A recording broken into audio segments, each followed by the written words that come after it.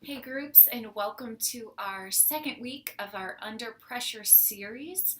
This last week we talked about the subject of anxiety, and I shared a little bit about my story of struggling with an anxiety disorder and the things I have incorporated into my life to be healthy, even while having times of high anxiety that I still deal with to this day. And I'm sure that every one of us would say that we want a life that is defined by peace and love and confidence in who God is and who He says that we are. Yet, although this is our desire, oftentimes it's not the reality of our lives. We can find ourselves overcome with fear, anxiety, a lack of peace and confidence that we're going to be okay. And so I want you in your group this week to be willing to be vulnerable about your experiences, where you have been, where you have struggled.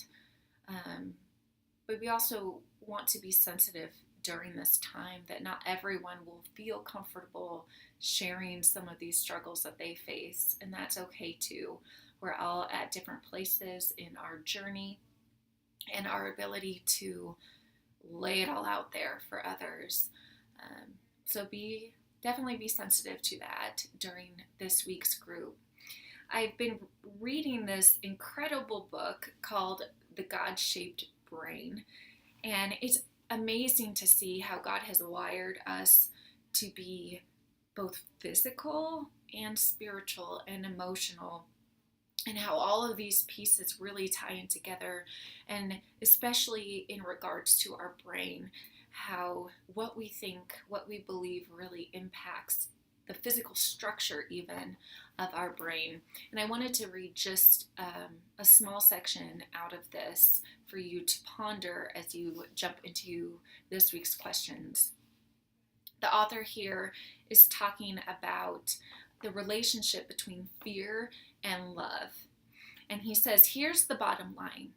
When fear increases, love, growth, development, and healthy thinking decrease.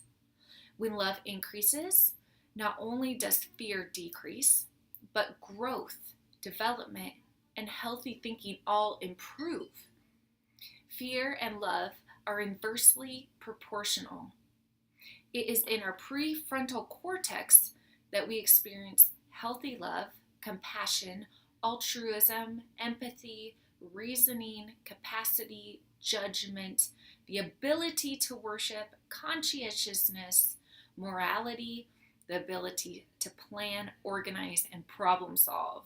All the things that make us really human. And he says, whereas fear, insecurity, selfishness, anger, rage, lust, jealousy, envy, and aggression arise from our constantly stimulated limbic system. Now, this is kind of getting into the science nerd part of fear and love and the relationship between the two in the brain. But he goes on to talk about the more that we exercise, just like we do our muscles, the more that we exercise our prefrontal lobe, the part that really holds the ability to reason and love and live the life that makes us thrive, the more we exercise using that, the more it decreases the limbic system, the part of our brain that is responsible for fear and anxiety and aggravation and all of those things. So it really is important that the things that we put into our minds, things we focus on and think about, are true and beautiful and lovely. And that's a challenge for me. And I'm sure it's a challenge for some people who are watching this right now.